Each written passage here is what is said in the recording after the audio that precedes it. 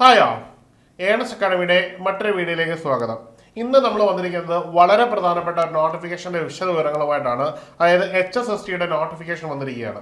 അതായത് അധ്യാപന ജോലി ആഗ്രഹിക്കുന്ന ഒരു ഉദ്യോഗാർത്ഥിയെ സംബന്ധിച്ചിടത്തോളം അവർക്ക് കിട്ടാവുന്ന ഏറ്റവും നല്ല ഒരു പോസ്റ്റാണ് HSST എന്ന് പറയുന്നത്. അതായത് സെറ്റ് യോഗ്യതയുള്ള ഒരു ഉദ്യോഗാർത്ഥിക്ക് മാത്രമേ ഈ ഒരു പോസ്റ്റിലേക്ക് അപേക്ഷിക്കാൻ പറ്റുകയുള്ളൂ. മാത്രമല്ല ഈ ഒരു മേഖലയിലേക്ക് അത്യാവശ്യം നിയമനം കിട്ടിയാൽ കിട്ടാവുന്നതിൽ വെച്ച് ഏറ്റവും നല്ലൊരു പോസ്റ്റാണ്.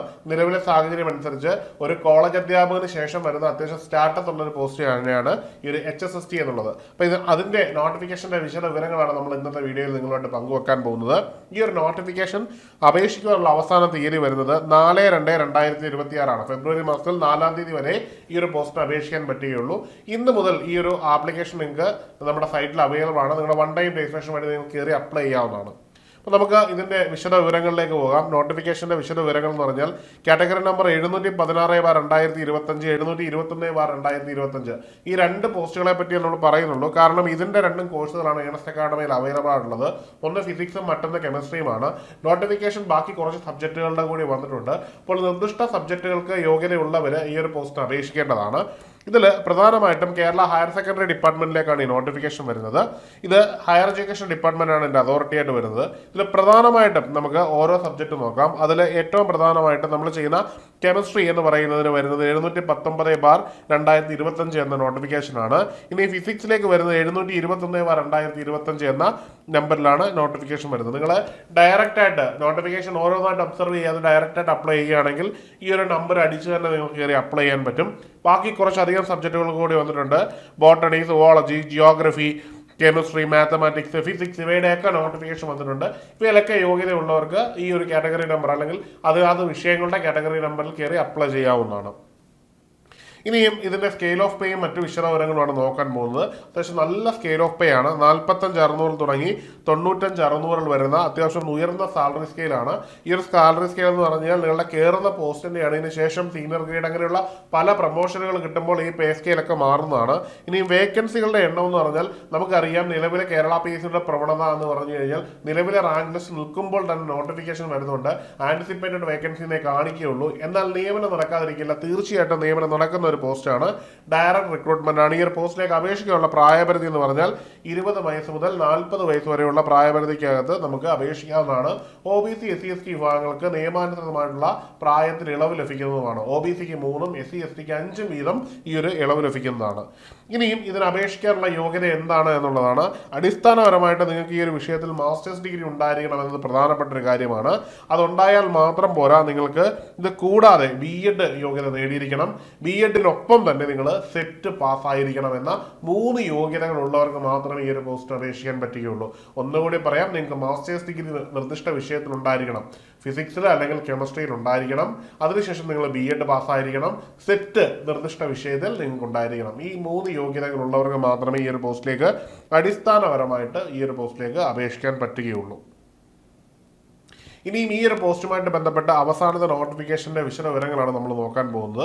ഇതിൽ നേരത്തെ ഈ നോട്ടിഫിക്കേഷൻ വരുന്നത് 2021 അതുകൊണ്ട് തന്നെ 740/2021 എന്ന നമ്പറിലായിരുന്നു നോട്ടിഫിക്കേഷൻ വരുന്നത്.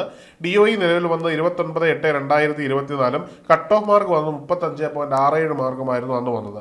അന്ന് മാക്സിമം മാർക്കായിട്ട് കാൻഡിഡേറ്റ് നേടിയത് 43.33 ആയിരുന്നു എന്നത് നമ്മൾ ഓർക്കേണ്ടതാണ്. അപ്പോൾ മനസ്സിലാക്കണം പരീക്ഷയുടെ ഡിഫിക്കൽട്ടി ലെവൽ എത്രമാത്രം ഉണ്ടായിരുന്നു എന്ന്. അപ്പോൾ നന്നായിട്ട് പഠിച്ചു കഴിഞ്ഞാൽ, അതായത് ഡിഫിക്കൽട്ടി ലെവൽ ഒരു എക്സാമിനേഷൻ നല്ല എഫേർട്ട് ഇട്ടാൽ നമുക്ക് കിട്ടുവാനുള്ള സാധ്യത വളരെ കൂടുതലാണ് എന്നുള്ളത് PSCയുടെ പൊതുവായൊരു പ്രവണതയാണ്. അപ്പോൾ നിങ്ങൾക്ക് അത്യാവശ്യം ക്വാളിറ്റി ഉള്ളൊരു ഉദ്യോഗാർത്ഥിയാണ്, നിങ്ങൾക്ക് പഠിക്കാനുള്ള മനസ്സുണ്ടെങ്കിൽ നിങ്ങൾക്ക് ഉറപ്പായിട്ടും നല്ല റാങ്കിൽ എത്താൻ പറ്റുന്ന ഒരു എക്സാമിനേഷൻ ആയിരിക്കും ഇത്.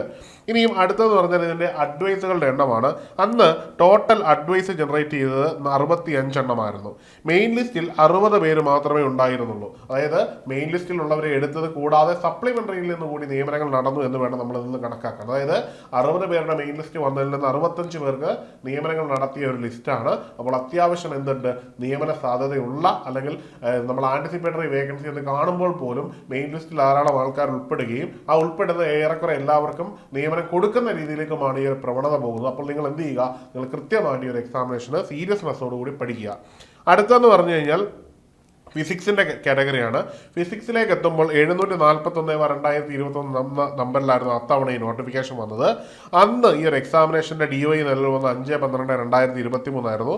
അന്ന് കട്ട് ഓഫ് മാർക്ക് വന്നു 35.67 മാർക്കും അതിൻ്റെ മാക്സിമം മാർക്കായിട്ട് വന്നു 48.67 മാർക്കുമായിരുന്നു.